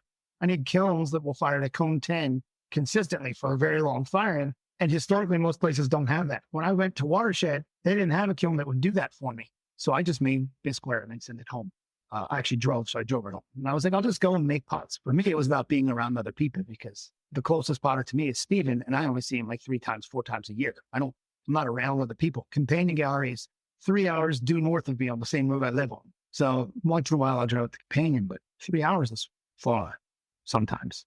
But those residencies, that's how you meet people. And that's how you share ideas. And you need critique, not criticism, but critique. You need to talk to people. You need to watch other people work. I remember sitting at Watershed and watching Mike Sinelli throw a cup and just be like, how? Because that guy can throw a cup like no one's business. And I worked with Dita Mert and I sat next to her and watched her just pinch out cups and make like 40 cups in a day. And I'm just slow, methodical, like porcelain guy. And I remember Dean helped me work on handles. I was trying to refine my mugs at the time and my handles were atrocious. And we sat for a day and did that. Irreplaceable for me to do that. And I was probably 39, maybe 40 at that point. So I wasn't a young kid. The bray, stuff like that. Those are hard for me to even conceptualize because they don't always line up for my teaching schedule. Fun fact, I did email the bray like a year ago about doing an over the Christmas workshop and it ghosted me. I think because I lost an email. I know people now. So I might be like, you should listen to this recent episode of this podcast that you sponsor. I told them, I was like, last year we were sitting here talking and you were like, yeah, you should come do like a little thing over Christmas when not a lot of people are here. I was like, that's perfect for me. And then I sent the email and heard nothing back. This makes me feel so much better about myself currently. You've just validated my post NCECA experience because I also send out a lot of emails after NCECA. And like, you being one of them, some people responded, other people have not. And to where I'm like, oh, was that a good conversation? Are you just tired? Like, we get in our heads about these things, right? Like, it's like, I'm sure there's something completely else going on that's very valid that someone hasn't responded. But in my brain, I'm like, oh, they don't actually want to sponsor the podcast. Okay, I won't reach back out. We all need it. No. Not everyone needs. I mean, whenever I say yes to anybody, but then they come call. I'm like, oh, I meant it at that time because I was at a conference. I had nothing else to do. But now I'm like, I got to cut my grass tomorrow. I had to. And my neighbors are going to think that I don't live here anymore. The responsibility of their life comes back in. I get ghosted all the time after NCECA from people that I already know. When I went up to the break, I was like, I emailed you guys last time. And I was talking to Jason Burnett. He was like, oh no. And I was like, I don't care. Like things get lost. He's like, we would have never just boast. And they would, the people that like ceramics, the rest, but it's also the Bray. How many emails do they get from people just cold calling? Like, can I come out there? Which is what I was doing because I'm not a person that goes to the Bray. Not that I'm not like the Bray is this fantastic place, but I'm a mid-career artist with a very developed style that's kind of quiet and slow. That's not where I go. Like that's where I go if I want to explore doing something drastic and crazy and wild and make big work that I can't necessarily do with the equipment I have. I'm really lucky. I have all the equipment I need. My school has been extremely good on that. Taking creative grant writing, really good dedicated use of my funds that I am allocated. We have really nice kilns. We've swapped all our kilns out to Elemental Electrics. All of our electric kilns will fire cone 10. We have gas kilns, raku kilns. We have a wood kiln that's off campus. It takes a lot of work to get all that stuff run, but for this small middle of nowhere college in Mississippi, like I'm really proud of our ceramics room. I think it stands toe to toe with a lot of ceramics rooms I've been to. But yeah, just, I don't need to go to residencies, but I need people. And that's more important to me than a kiln. And that actually connects to the other question I wanted to circle back to, which was talking about the importance of learning the language and having that conversation around art, having those safe places for critique. to be able to learn how to see, going back to the very beginning, like, oh, I was attracted to bright crystalline glazes because that was the only bright colors, and because I was already attracted to tattoo art and to graffiti, like, without a space like grad school, without a space like a residency, trying to figure out where it is that adults, those of us picking up clay in our 30s and 40s and 50s and 60s, whatever, you get my point. Yeah. How we create spaces for those conversations that people can access, whether that be virtually, if it's even possible virtually for ceramics, that's a whole nother conversation. Yeah, that's a loaded one. Let's see, the best residency for growth that I ever got to do. I'll just do them like that. Companion Gallery. Eric Bonfeld should be the president of all college professors in the country. That guy thinks about work on a deeper level than anybody I've ever met. And he sounds like he's an NPR commentator. He said, like, we're joking, that's his mama voice. First time he called me, he's like, hello, how are you? And I was like, who is this? What you're telling me is I need to have him on the podcast. He should, because Eric doesn't have a BFA, or doesn't have an MFA. He's only got a BFA. He just opened a small studio on his own to make pots that was in a winery up in Humboldt, Tennessee, and was at the right place at the right time with Instagram and the internet, and started building the small little gallery that was Companion Gallery. And he got the right people in there at the right time, and it took off. And they've done a ton of work to harness that and keep it going. Now they've got the whole clay studio that they're teaching classes. And I've done a couple of I can do a weekend residency because I can drive up there. There's like a cheap hotel next door. I mean, cheap as in like you move the couch in front of the door at night, cheap. And one of my dear friends. He's been a great mentor and friend. And we grew up in Philadelphia together, but we always went to the same places, but never met each other until 10 years ago when I first went to Companion Gallery. And we started talking. He's like, you used to go to the Trocadero in Philly? I was like, yeah. He's like, me too. And we just would talk about the clubs we would hang out at and work at and stuff like that. But he is extremely inquisitive when it comes to pots, and he cares. If he asks you a question, it's because he wants to know the answer. He's not making it up. He'll think about this cup and the way this foot goes and the way this handle goes for hours. And he'll be listening to music and feeling the cup and feeling how the music is hitting his ears and the cup is hitting his hand. And the entire experience is this weird, ethereal thing with him. And then he just comes out with great feedback and dedicated hard work.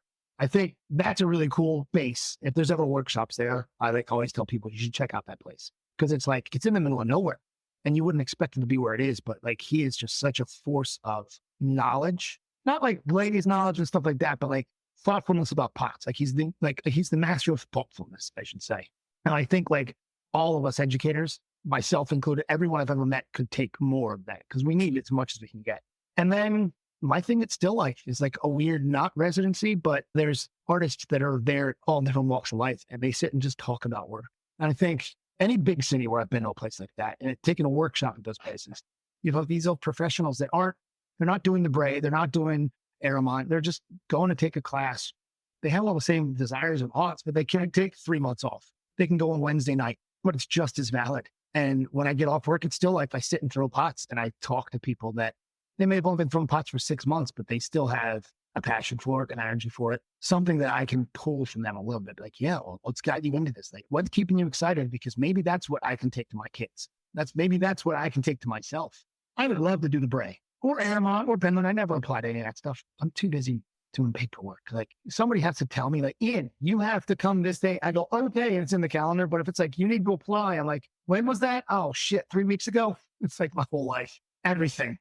But I don't know, anything you can participate in. And it's one of those things that I think honestly, this goes back to why I even started the community, as like, I wasn't thinking of it when I asked the question, but I saw this trend in COVID, especially of so many people creating a home studio. And I think the trend is still there, that there's a romanticism and a desire to have a home studio, because you get to do what you want to do. You don't have, the limitations that maybe a community studio has or whatever, for a variety of reasons. Maybe the commute was too long, whatever else.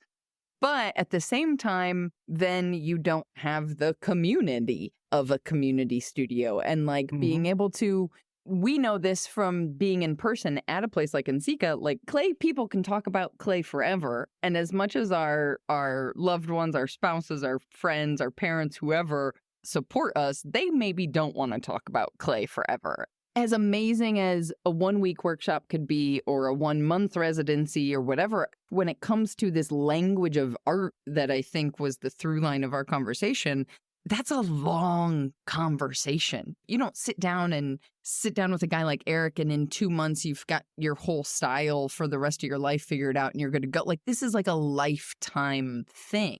It's constantly evolved. If you don't evolve, and I think that's one of the downfalls of Instagram, is you get to produce yourself and then people expect. I think one of the things residencies and any kind of workshop or residency is really good for is that it's when you're expecting to try different stuff. And we really need that. There's a million different ways to do it. I don't know half of them, honestly. And my students ask me, where should I go? What should I do? I'm like, I don't know. Let me look. And I'll just start searching and asking my friends in areas that they're around. Like, you know anything around? I met somebody in Seco that lives in Memphis. And I have a student, the one that I know is in there working right now. She lives in Memphis. And now she's got a person to go work with them in the summer. That this girl's 28 years old. So she's just a few years older than one of my students. And I think a 28-year-old has more to offer my students than I do in some ways. To me, I bring out a pot. I'm like, I made this. And like, that's 20 years from now. I can't, that's unattainable. But if it's somebody that's the next step, even if it's the exact same type of pot with the exact same craft, the student believes it. They're like, oh, so yeah, my student is going to hopefully go work with another artist this summer. One student, there's other one, they all go different directions. Mississippi is like, everybody's from far away. I don't think I have any locals here. Some kids are from 5 hours around the coast, some from Memphis. I point back, like I'm pointing to Memphis with my hand. I'm like, Memphis, it's that way. I was going to say, apparently you just go straight up the street from your place to go to Companion Gallery. So all this makes sense. I go this way and then I go that way. Yeah, I take the right out of my driveway. I take another right onto Main Street, my town, which is 45. And 45 goes all the way up into Jackson, Tennessee. And Companion Gallery is right off 45. You literally have 3 turns in your Companion Gallery. Pretty much. And it's a 3-hour drive. It's like, oh, this is kind of dull. Like, you know, I live far away from everything. Driving a long distance is what I do really well. I don't think there's anything more dull than the drive from my hometown, which is the Quad Cities, which is the border of Illinois and Iowa, like right on the Mississippi River, to Omaha. So you're literally just driving the entire width of Iowa. And like, I say this as a person who finds the rolling fields of grain beautiful and nostalgic for me. But that is it 6 hours or 8 hours? It's a lot of hours of Iowa. Yeah. There's a lot of that in America. Texas would really like the crown for that one. I drove from El Paso, Texas to here once, which was 23 hours straight. Texas is boring to drive through. There's nothing. It's just flat and gross. We had a friend's wedding in Patagonia, Arizona, which is a fascinating place. And hey, Allegra, if you're listening. But the drive from Tucson to Patagonia, it's like an hour or something. We tracked a train. I'd never seen a train this long in my life.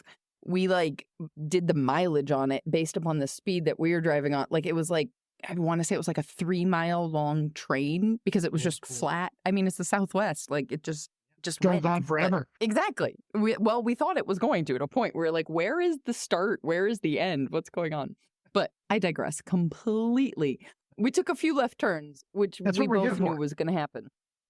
I brought no notes or anything today. I was like, whatever we're doing is what we're doing. It's going to be what it's going to be. And I think that's been mantra for the podcast for the past 3 years. It seems to be working out. So we're just going to keep on.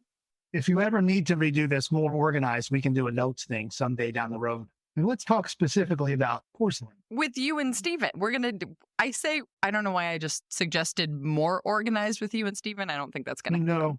Not gonna work. I love Stephen. We have a really loves relationship. He's been one of my students. He'll always be one of my students. And I adore the fact that he's out to work and that he's got such a good attitude. But we give each other hell. Like, I love him, but if he's doing a workshop, I'm going to come in and give him a hard time. But he knows that I absolutely admire and respect everything he's doing. I'm so thrilled that he's out there hustling so hard. And he's on a long list of other students doing that. And Stephen's like the one that is the most in Sika connected at this point. That kid to do some local stuff. He's the one that jumped onto that boat. He was on the podcast before you. So, That's okay. I went to his very first workshop he ever taught. He did one at Clay by the Bay a few years ago. And I was able to bring 3 students out to see Stephen. And they got to see, Clay by the Bay funded the whole thing. They're like, hey, like, this is important to you. And I have worked with them in the past. And they're like, we would supply a whole flight and hotel for you and 3 students to come support one of your students, because it was the first one he'd ever done. And I got to bring 3 kids that didn't know him other than like my studio relationship with him. With like, this is one of us. up on a stage, not stage, but in a circle Yeah. of people making pots. It's been cool to be able to support him. Just any of them. Like I said, I'm super excited for one of them succeed. I want him to be better than me. I want him to do better than me. I'd like him to take my job one day. He can have it today for all I care. I mean, some days, You got 2 weeks. You got 2 weeks. 2 weeks, and then I'm going to be a full-time production pottery guy for a month, and then I'm going to go to LA in June. Okay, you just made me think of another question. I was trying to wrap it up for you, but you just said this, so now I'm fascinated to know, like, what that schedule is like. Like, school year Yeah. is full-time teaching, and then you just basically flip into production. And because you've mentioned a couple of times, like, showing work, selling work. Like, what's that dynamic like? It's hard, and teaching wins by a long shot because, one, I'm more committed to teaching. I have to be able to make good pots for my students. It's required, but I need to be in the space for them first and foremost. I make pots between class. I make pots on weekends and in evenings. But, some days a week or two will go by before I make anything. I don't usually do class demos that I keep because I don't want to get invested in making my work for them. I'll do a demo out of our shop clay, which is just a stoneware. And then I'll wedge it up at the end because I don't want to steal their time to make something for me. It's a really important thing that I do. I have my own cabinet of glaze materials. I don't want to dig into their silica because that's their course fees. And I think my responsibility is to give them their stuff as much as I can. But the time is hard. And over the last few years, since COVID, it's gotten harder and harder to make work. And I started slip casting some of my stuff because I could produce it a little quicker, but I only want that to be like 10% of what I want to make. So I make all that very quickly, but it's not taking up my time other places. This year, I decided I was going to wait to go to LA till June. So we have graduation like May 1st, May 4th. It's on the calendar right there. So May 4th is graduation. Maybe it's a third. It's a third. And then I'm off for like a month. So I will get up I'll probably take the 4th and 5th off to take that nap. And then I'm going to get to the studio Monday morning at 8 a.m. and just make pots from 8 to noon and then or then 1 to 4 or 5. I'm my own boss, and I have a job. I don't have to make 500 pots, but I also need to make pots. I need to let my kids be like, here you go. So I will spend May making greenware and bisqueware. I'm not going to glaze anything. Make all my green and bisque for the year. And then when the school year starts, then I can do glazing. And that's easier to do over a weekend in between their firings. I have my own kiln in the studio that's just right next to all the students' kilns that I can fire whenever I need to. Although I let them fire it too. So half the time my person can fill their work, but that's okay. But yeah, it's hard. Like I was supposed to make pots this morning. I didn't. I went in and actually slip cast. I retooled my casting slip because it was, I don't know, 20% custard feldspar. Now I have to redo that. So I was reformulating that this morning. And tile 6, which my distributor said they can't get anymore, but everybody else says I can. We'll figure that out later. So I made that. I spent the morning making that instead. So that's still kind of making work. But I was teaching a student about casting slip and viscosity and fluidity and how to measure those and specific gravity. No cups for me. That'll be next week.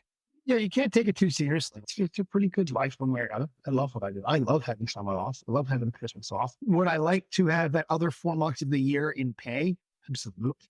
A college professor doesn't get paid a 12-month contract. I have a 9-month contract. They stretch that 9 months of pay out to the rest of it, but it's not like they're paying me for my time off. People are like, you get so much time off to indoctrinate our kids. And so I get a lot of that in the South. I'm like, first of all, they don't pay me for my time off. They just stretch my paycheck. And second of all, I can't get your kid to show up at 2 p.m. for their pottery class. They're pretty much not going to listen to me on anything else either. If they're really excited about cups, I can maybe get them to think about cups. If I told them to do anything else, they would just look at me like, no, you're old. I'm like, all right, cool. You can't. College professors aren't indoctrinating students. Crazy. These are people who have never been to college or any school. You think a teacher could tell you what to do ever? I've had some awesome teachers. And they could have never told me who to be. They didn't have what it took. I don't have what it takes. I was laughing because I was like, is that the title of the episode? Do we do like indoctrination at the college level? It's not possible. Settle down, y'all. Spoiler. We'll just put that at the front.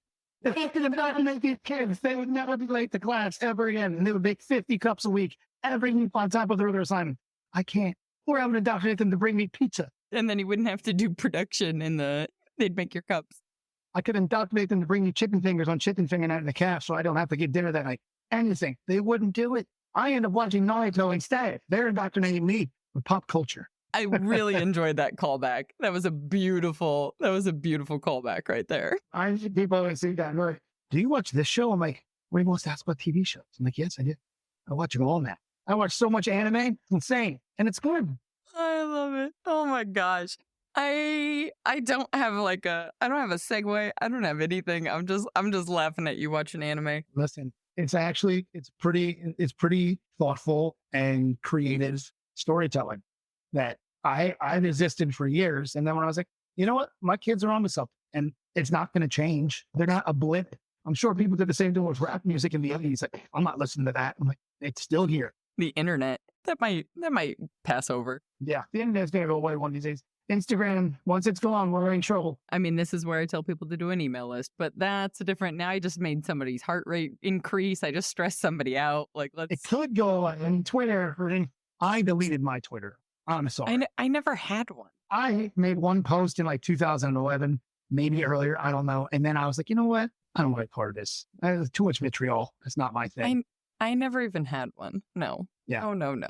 What's something that we didn't talk about that you feel like people need to hear? It needs to be said in terms of the ceramics community, or, how the hell people figure out how to make a living from the things they make.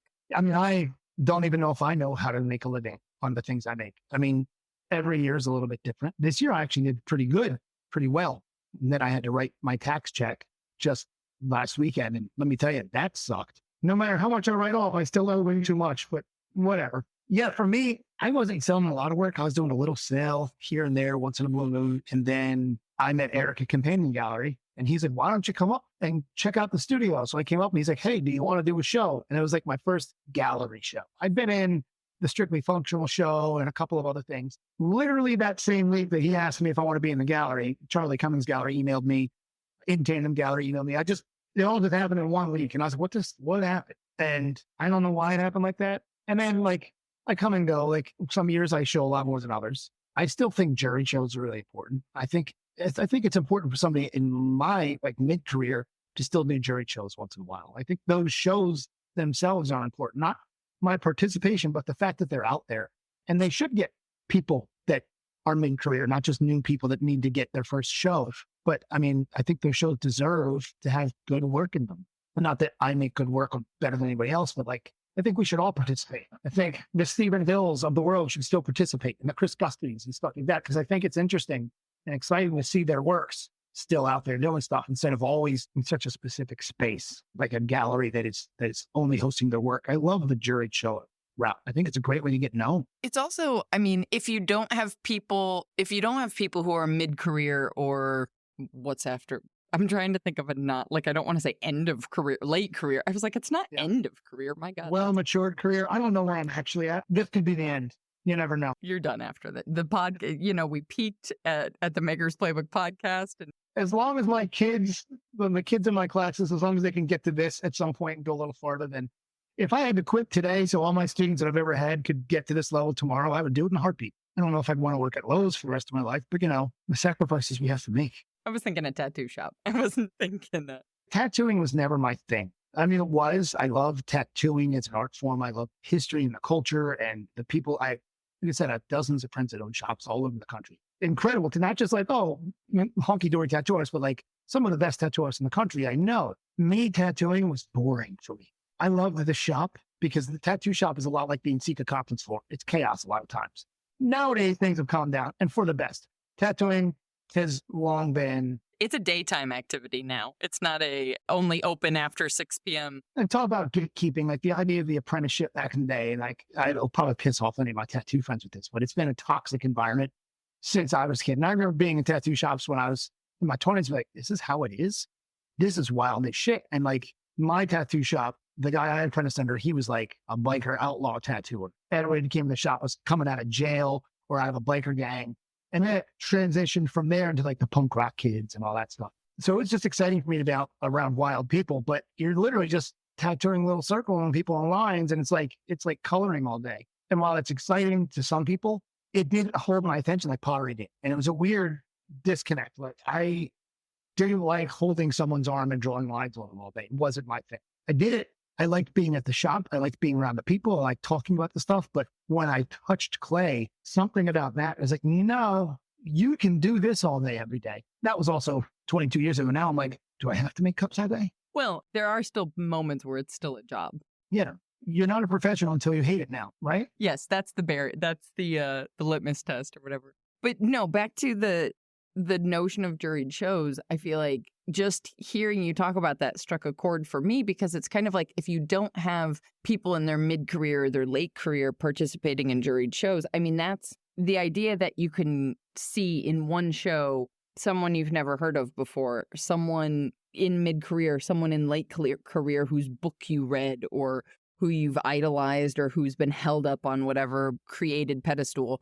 There's a power in having all of that in one room, virtual or physical, that if it's only early career people or if it's only, I mean, jury shows of those stages too are also important, but like, to still have that blend is. That's right. I like the strictly functional show because I think that's always had a pretty good spread. I haven't been in it in 10 years. I don't apply anymore. Why? I don't know. I should. I have like pots. I don't glaze them until the summertime. And then I go out I've been showing a companion mostly and Charlie Cummings. And those are great spaces for me to sell work. And they're great places for me to show work. But it's my resume like the last 5 years is spring show companion gallery, solo show companion galleries, then object, Charlie Cummings gallery, and repeat for like 4 years. It's like I've done the same 5 things over and over. I need to remind myself to sprinkle more stuff in there because you want a broader palette. And not for me, it's not changing anything for me. I'm already tenured at my position. I'm good. But for my students to see that I get out there because you run into the strangest people in the strangest places. And if you're not in those places, no one can find you.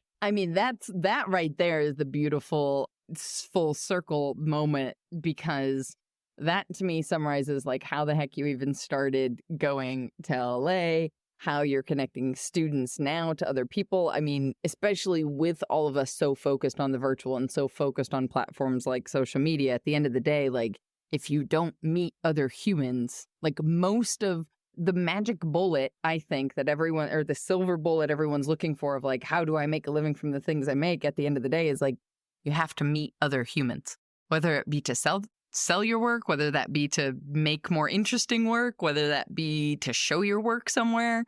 You got to know other people. I think there's definitely Instagram potters that can sell 50 to 100 pieces a month right out of their house with very low input. And that's great. I love that people can do that. Even if they're not like people in the very beginning were like not sure how the academic and the intrinsic and Sika bubbles would feel about the Instagram potter who had no rules and all of a sudden was making $100,000 a year while the professor was only making 60. But I still love that because that is opportunity for anybody. I don't know if the Instagram potters are going to work like 10 years ago. If you got on Instagram and had midway decent work, you got 20,000 followers. Now you have to hustle and grind for it. But it's just, there's room for it, but it's a hard, no, there's no real key to success, but they still need people. They need followers. So they have to put their efforts there.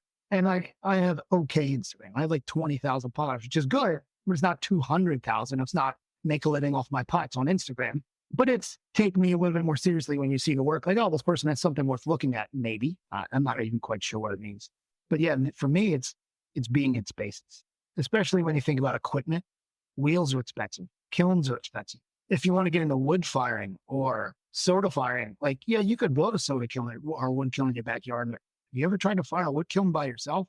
Because I have, and it sucks. Like I fired a 48-hour Onagama firing by myself once. It was a very small Onagama that I built in the woods. It's on my Instagram page if you circle through there. I built it at an electric kiln. It was for one pot. I had one very precious pot that I needed to fire. It was my dog's urn. And I was in the middle of a sabbatical and my dog had passed away and I didn't want to bring him home in a wooden box. So I was like, I want him to be a nice piece of ceramics. Can't crystalline fire. And I don't necessarily want him in that. So I was like, I want to wood fire his urn. So I made an urn and I built a tiny little Onagama, but it still took 2 days to fire to get enough ash in there. It worked great, but it sucks. Firing one kiln by yourself sucks. You need friends. You need not even friends. You need just people. Colleagues. Yeah. And I think people talk about clay. People that ask questions. There's 500 different clays out there. I don't know most of them, but I can ask other people that know them better than I do. People ask me stuff all the time. I love being able to participate in that. Workshops, residencies, just going to shows, even just going to a gallery show and seeing stuff. I mean, there's so much out there. And so most people are pretty open, but then you have to also block people off at some point so they're not giving all your time to people coming into your studio. I live far away, so nobody shows up here. It's great. I tell people, oh, if you're driving through, come visit me. Do you know one drives through?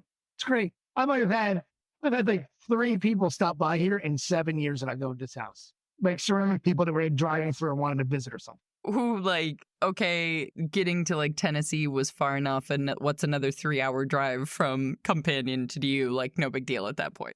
It is, but it isn't. That's like 3 hours into nowhere. I had Lily Lund a couple years ago come and stay for about a week, and we did like collaborative work in my studio and just worked on slips with her.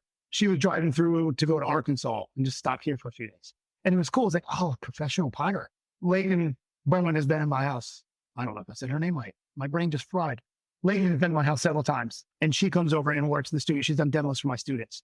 Eric Popfield has come down here before and worked with me in my studio. Like, but they're all relatively close people. But like my friends from LA, they're not driving through. I tell them, if you ever driving through, come on by. But no, nobody will. And I still mean, I'm like, come on through. But then I'm gone for the summer anyway, so come to LA. Nobody goes to Mississippi in August. You're not missing anybody. It's awful. It's unnatural, the heat here. I would absolutely love to come visit. And we were talking about getting ourselves finally down to New Orleans and visit some friends that Francesco hasn't even met yet. Only 4 hours from there. But it was like, all right, well, they were like, September's still a little steamy. How about October? At least New Orleans is a little bit, just a tiny bit of coastal breeze. Like we're just like when the air doesn't move and it's 99% humidity. It feels like someone just poured one grape jelly down the back of your shirt and slapped you on the back. It's like sticky and warm. And you're like, why is it? And now I feel like I pull you have your clothes off at the end of the day. They don't just slide off. The warm grape jelly gave such a like ephemeral, like I know exactly even though that's never happened to me for some reason, I can feel what that would. It would cringe you out. It would feel cringy. You're ill. That's what Mother Nature does to you. She disrespects you in this state. When I come back from LA, it's always August and it kills me. Oh, yeah, that's right. LA's so dry. And then here's like, what happened? I don't need lotion. The skin hydrates you right from the air. Okay. Where should people come and ask you about and just send you messages that says recipes ? No, don't do that. Yep. Instagram is good, but it takes me weeks to get the thing sometimes. I haven't opened it yet today. I find it's weird. Instagram has not been exciting in the last like year. There's still some stuff, but I used to get on like, holy mackerel, look at all this stuff. Now I get on like, oh, same old shit. Somebody dancing at the pottery wheel, somebody waving their arms around and making magical pots. And it's like, I miss just kind of seeing cool work, but I still count it like at least once a day. I need to do better at posting stuff. I go through little phases. Once I get to LA, I'll do better. I'm not even going to show anybody right now. I'm like, it's Mississippi. You want to see my front yard? I've had to cut the grass for 3 weeks now. Yeah, but you know what? Also, like, it's fascinating to me when we all default to like, I should be better or I should do this. And I'm kind of like, you just already mentioned you're tenured in your position. You feel, you've got a community where you're getting feedback on your pots and can have dialogue and conversation. Like, always do better. Well, sure. But it's kind of, Instagram is not to me where I default, like, I'm only focused there because I'm growing something that's brand new. And I really would like to, I'm going to say this on the record for the first time. A lot of people know this already, but I would like to not have to go back to photographing weddings because I've pulled away from those. And so, yeah, I do need to focus on Instagram because like we got to make up for that very large gap. See, I'm not growing Instagram. Like Instagram isn't for growth for me personally. It's for participating in a conversation. That's what I like. And if you see my Instagram, I'm rarely ever in it. It's like usually got close-ups. Like I realize I don't have good perspective on Instagram. There's not good color choices or lighting choices. It's like, I saw this thing, I took a picture of it. Even if it was me making a pot, the English is terrible. I'm the worst photographer. I don't have a good eye for photography. You didn't come to my talk. No, I don't go to talks. I'm the worst professor. I was stuck on the floor. I was talking to people. Yes, but yeah, exactly. Like, my Instagram is, I want it to be just me. Like, say, hey, I'm interested in this. Hey, look at this thing I'm doing. Like, I've done these videos where I'm filming the inside of my kiln as I fire it. And you're watching my crystals actually grow. That took me like 5 years of figuring things out to get to work. I posted 2 videos and I'll probably never post another one. I'm like, well, did that, but it was cool. I was excited to just see. It wasn't to get people's attention. You share it, but they're like, a lot of times like, oh, I got to make this weird thing. I bet you somebody would think this is cool. I think it's cool. Let's show it. Would it be nice to have 400,000 followers? Maybe. You know how many more glaze recipe questions I have to answer? Exactly. I have absolutely, and I didn't mean to like dive bomb this down Instagram, but having been on the back end of some people's influence, I guess, for lack of a better word, like having had conversations and also helped people on the back end that have much larger followings, and realizing how the relationship, like the dynamics change, it becomes more transactional. When people see larger accounts, they forget there's a human there, and it becomes very transactional to the users seeing the content. And I love having relationships with people. But there are people with a lot of followers that can. There's some people that can balance it. Some people are really dialed into 100,000 followers plus. Kurt Hanley is a great example. He's got like 400,000 followers, and his engagement is still probably in the double digits. Where most people, once they get over 200,000, their engagement's like 1%. But he does really well because he's excited by the work every day. Even if you don't like it, you can tell he's excited.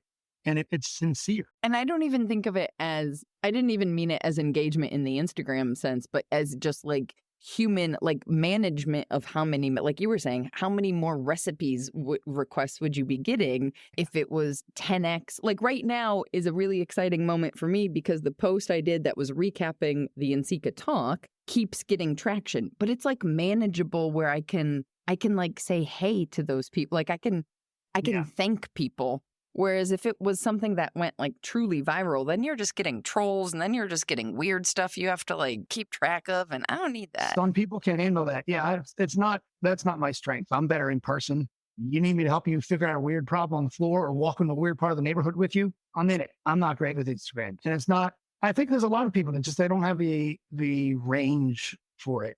But the people that can do it well, they can really use it as a strong tool. Sometimes I wish I could. That's why I'm like, I should do better, but maybe I shouldn't. But I also don't want to rest on my tenure. I know a lot of people, I get that. Well, once you're tenured, you just put your feet up. I'm like, I can still get fired any day. Not any day. Like I'd have to do something egregious, but it's like, I get a lot of people who be like, well, once you're tenured, there's nothing you can do. I'm like, oh, there's a lot of things I can do. All it does is protect my research. It protects my academic pursuits. Like I can tool the classes the way I want to. I can teach the topics I want to within most reason. But I couldn't just walk into the class and punch somebody in the face and still get fired. But stop coming to class, I'd get fired. You know what I mean? But I also don't want to just be like, I've done all the goals I need to be tenured. It's like, I want to still do that same stuff. I want to work that way too. I look at people like Chris Gustin and Stephen Hill that are still out there making work. Ron Myers, there's a plate above me. I don't know if you can see up there. He's got one of his plates. Ron Myers is still making work. He's like 400 years old. Not really. Ron's pretty old. That's weird. I shouldn't have said that. I was going to say, we're about to find out if Ron Myers listens to podcasts or not. Ron, you were the nicest guy when I went to your house. I bought that plate from him at his house. And I was a dirtbag broke kid that was just kind of young. And I was like, this is an awesome plate. And he's like, how much you got on you? I was like, $20. And he's like, okay. That was like 15 years ago, maybe longer. Yeah, he was like the kindest guy. I think there's a right above my chopstick right there. There's a koala, but it looks like the scarecrow from Wizard of Oz, that show. Yeah, it looks like the scarecrow that I also got off him that day for like another $20. I just happened to find $20 more. Convenient. I actually got 3 pieces off him that day. But like people like him, he still works. He still shows. Gustin just had a show down in Pensacola. It was fantastic. Right, lining up like the Alabama Clay Conference. There's so many of these people that are, I don't know if they're late career, because who knows how long their career goes. But Malcolm Davis, he was producing work up until he died. Like same with Don Wrights. Like those people made work like because it was part of their life. It wasn't like, oh, you retired from it. And I think settling on my laurels, like, well, I got tenure. I don't need to keep showing. That's not for me. I'm sure there's somebody out there that's fine with that, but I want to keep showing my kids that they can not get out of Mississippi. Because honestly, I don't think people need to leave. I think this problem with this state is everybody leaves. Anybody who's really truly gifted tends to just leave because, well, there's more opportunities, but houses are still really cheap here. It's the only place. You shouldn't have said that publicly because there's going to be like the word's going to get out now because apparently it's the only place on the planet where they are.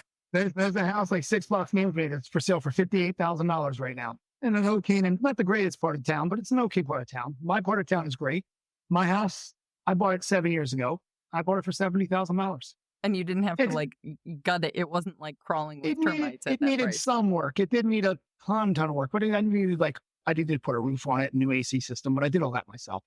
But yeah, life is still affordable here. It's just not affordable to leave. Mississippi money don't show well. I mean, if you ever, if you ever miss those days of working on a house and you want to go somewhere colder in August, there's a spare room in a pit bull waiting for you in Milwaukee. I do love cold weather. Well, I anytime. I really thought I was going to Anytime. get out of Mississippi. I moved here in 2011. I thought by 2015 I would be like at some big state school. But like that's just not how teaching moves for most people. It's slow, few and far between. I already live somewhere that I don't love. I don't want to just move to some other podunk town that I don't love for maybe a better teaching job. I love the people I work with. My department chair, all the like the four other professors that are over there with me, we get along. Not on every aspect, but we challenge each other, but we generally respect each other and like each other. That's rare in a lot of universities. So it's scary to think about, like, what if I just took a job in Peoria, Illinois at another school? And what if everybody there was one of those schools that hate each other? You know what I mean? You said for people to come to you on Instagram. What is that? What's your Ian Childers on the internet at the moment. nice? Yeah, my Instagram, it's just Ian Childers, this IANCHILDERS, nothing fancy. And then, it's most of it. I do have a website, but I don't ever go to it. I'm never going to update it again. Websites are kind of archaic at this point for a lot of things. Like for you, it makes sense to have a space that is something. For me, it's like, you want some pictures of my work? How about a link to Instagram? It does it better. And also like, oh, hey, you want to buy my work? Well, I'm going to send you to Companion, or I'm going to send you to Charlie Cummings. Like I send most of my work to them because I don't have time to photograph and put things on the website. It'd be great. I wouldn't have to give any commission to galleries, but in my line of work, that little bit isn't as important as me producing the work with my kids and just getting rid of it. So they watch me back it up and box it up and send it to a gallery. But we talk about them selling individual, like, how would you do that? How do you approach that? And there's a billion ways to make money. I only know hardly any of them. That's why I'm broke. And on that happy note for how to make a living from things you make. A big broke. A happy broke. Thanks, Ian. Oh my gosh, I so appreciate it. Yeah, have fun editing this down. Or maybe you won't. I don't know. We'll see. There are, in fact, almost endless ways to make money, as Ian said there in the end. And it is just finding what works for you. I love the maybe not so obvious point, so I'm going to reiterate it now, that came up as Ian and I went down the Instagram rabbit hole here at the end of this conversation. It is okay for certain things not to be a priority for you. It makes sense that right now in Ian's career, he doesn't need to focus on marketing in general, let alone Instagram. Given the time that he wants and needs to commit to being an outstanding educator, it doesn't make sense for him to also spend the time promoting, marketing, and selling his own work directly through his own website. It makes sense for him to partner with a gallery for all of that extra work. Photographing his pots, getting them online, promoting them, managing sales and customer service, etc., etc., etc. Not to mention his name being associated with these galleries for academic resumes and other potential teaching opportunities. This is a whole different topic now that I shouldn't try to begin in the ending of an episode, but my point is to remind us all, you cannot actually do everything. Trust me. I've tried. Heck, let's be a little more honest. I still try. But it doesn't actually work. So decide what you want your main focus to be and build everything else around that. It's actually what we're going to be talking about in the quarterly planning session coming up inside of the community when it comes to marketing specifically, but that's a whole different thing. Maybe like Ian, you found a passion for teaching. Awesome. Or maybe right now in this phase of your life, your main focus actually needs to be caretaking. Young kids, elderly parents, etc., etc. So you need to figure out how to outsource a lot of these other business needs. Maybe instead, you right now are counting the days until you can quit that other gig that you have, and so you do need to go in on a lot of the things. Not all of the things, but a lot. growing your audience on social media, building an email list, driving people to your own website in order to not lose a percentage of sales, and again, etc., etc., etc., is apparently the theme of this ending. Now, that last example is a completely different position to be in as compared to the other two. But each of these has their own needs and their own ways to spend your time that makes the most sense for that particular phase of life or business. In fact, I've been thinking a lot lately about this whole phase and stages of business, so I'm working on preparing a solo episode more about that. But in the meantime, it also reminds me a bit about my discussion back on episode 509, titled Etsy versus Your Own Business. So if this last bit of conversation with Ian has you thinking about where you want to focus your efforts, what you should be doing versus what you want to be doing, what you have the capacity to be doing, well then click back on over to episode number 509 and give it a listen. Even if you've already listened to it, maybe something else will strike a chord that you didn't really hear the first time around. You never know. And speaking of past episodes, if you've been loving the podcast, it would be a huge help if you took a quick 20 seconds to tap on that 5-star rating. And maybe just 1 literal minute to leave a really quick review. It doesn't even have to be a complete sentence. Doing so helps tell those pesky podcast algorithm robots that they should tell more makers about us, which would be awesome. Thank you so much in advance. Today's episode is brought to you by the Rosenfield Collection of Functional Ceramic Art. The collection exists as an online source for research and inspiration, featuring photos of objects made by over 1,000 artists. The images are high quality and can be used with no permission required, making them a great source for students and teachers. To find out more, visit www.rosenfieldcollection.com. A special thank you to the Archie Bray Foundation for sponsoring this episode of the Maker's Playbook. The Bray Clay business is your best source for Bray Epoxy, a 2-part moldable epoxy intended for post-firing repairs. Working like clay, it's easy to shape, texture, fill gaps, and recreate missing parts. Bray Epoxy is sold in tan, white, and black base colors, with a 9-color kit that will allow you to perfectly disguise your repair. Order anytime online at archiebrayclay.com. Audio post-production of this podcast is made possible by help from Christy Kotzfan, with promotional material assistance from Queenie Maliki. The Maker's Playbook podcast is recorded on the original homelands of the Potawatomi, Ho-Chunk, and Menominee people, where the people of Wisconsin's sovereign Anishinaabe, Ho-Chunk, Menominee, Oneida, and Mohican nations remain present. Until next time, my friends, go get back to making your dreams a reality. Because together, we've got this.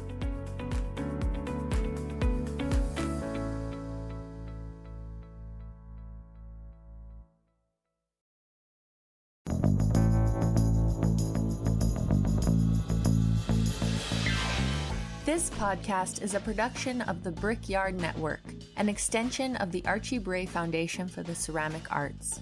To find out more about our lineup of ceramic podcasts, visit brickyardnetwork.org.